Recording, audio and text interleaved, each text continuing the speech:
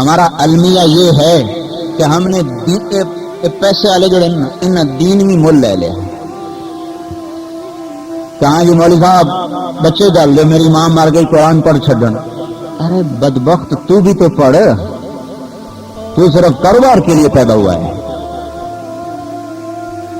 ماں کا بھول گیا ہے. سارا زندگی بھر کا دکھ درد کیسے تڑپ تڑپ کے روئی مچلی. کبھی اولاد کو نہیں سنا یہ کہیں کہ یا اللہ میرے اماں کو بچا لے, مجھے موت دے دے. ماں کو سنا یا اللہ مجھے موت دے دے, میری اولاد کو بچا.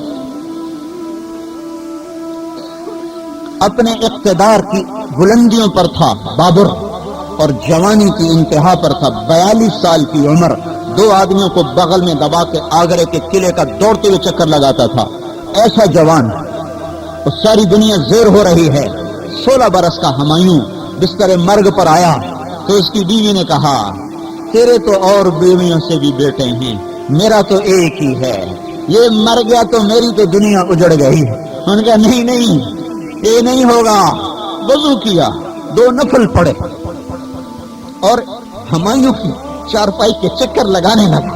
اے میرے رب, اگر تیری تقدیر میں کوئی کسی کی جان کا فدیہ بن سکتا ہے تو آج بابر کی جان لے لے اور ہمایوں کو بچا دے.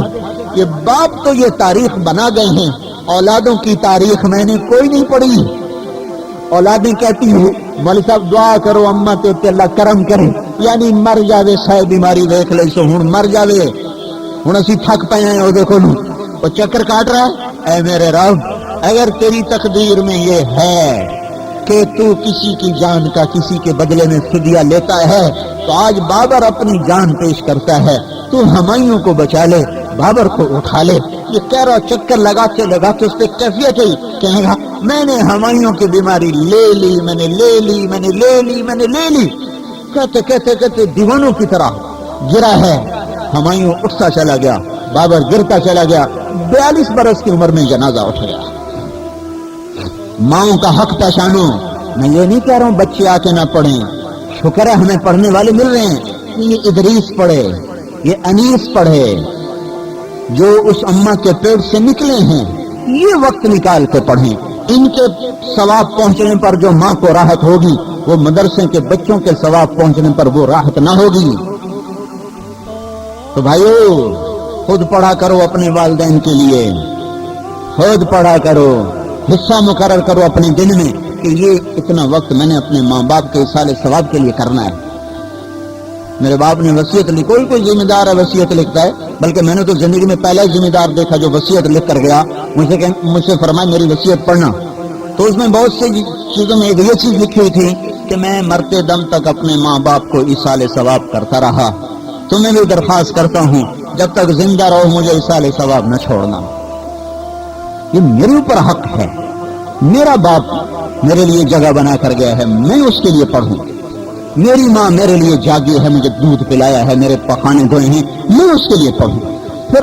پھر بچوں کو بھی بلاؤ, پھر مولوی صاحب کو بھی بلاؤ, وہ بھی پڑھنے, وہ بھی دعا کرنے. پر ادریس کی دعا یاد رکھنا, طارق جمیل کی دعا ایک نہیں ہو سکتی. اس لیے حکم ہے جنازہ بیٹا پڑھائے, مولوی صاحب نہ پڑھائے, جنازہ بیٹا پڑھائے. کیوں کہ بیٹے کی تو ماں مری ہوئی ہے. جب وہ کہے گا اللہم اغفر لحینا, اگر یہ ادریس جنازہ پڑھاتا تو یہ اپنی کیفیت دیکھ لیتا کہ جب میں نے اپنے باپ کا جنازہ پڑھایا تھا, میں نے بڑے جنازے پہلے بھی پڑھائے, اب بھی پڑھا رہا ہوں, لیکن جب میں باپ کے آگے کھڑا ہوا تھا تو مجھے اس دن پتا چلا تھا مانگنا اور ہے اور پڑھنا اور ہے. میں نے اس دن جنازہ نہیں پڑھا, میں نے اپنے اللہ سے مانگا کہ اللہ میرے پیو دی معافی کر دے.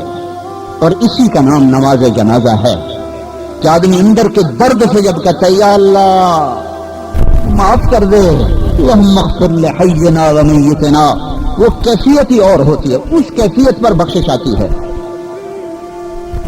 تو بھائیو جن کے مر گئے ہیں وہ یہ حصہ سنبھالو, جن کے زندہ ہیں وہ قدر کرو, کہیں ہاتھ سے یہ دولت چلی نہ جائے. اللہ کے نبی کی سناؤں, آپ نے کہا میرا جی چاہتا ہے کاش میرے ماں باپ زندہ ہوتے. یہ چلو ماں تو ہوتی اور میں عشاء کی نماز پڑھانے کے لیے مصلی پہ کھڑا ہو چکا ہوتا, اور میں سورت فاتحہ شروع کر چکا ہوتا، اور نفل نہیں کہہ رہا ہوں، فرض کا میں مصلی پہ کھڑا ہو چکا ہوتا اور میں سورت فاتحہ شروع کر چکا ہوتا، اور ادھر سے کھڑکی کھلتی اور میری ماں مجھے کہتی محمد، تو میں نماز چھوڑ کے کہتا لبیک میری اماں، میں کہتا جی اماں جی۔ تو یہ جذبے تو ایک معصوم کے ہیں۔ تو بھائیو آؤ دعا کریں ان کے لیے اور اپنی موت کی تیاری کا ارادہ کریں، غفلت کی زندگی سے نکلیں۔ نیت کرتے ہیں نا سارے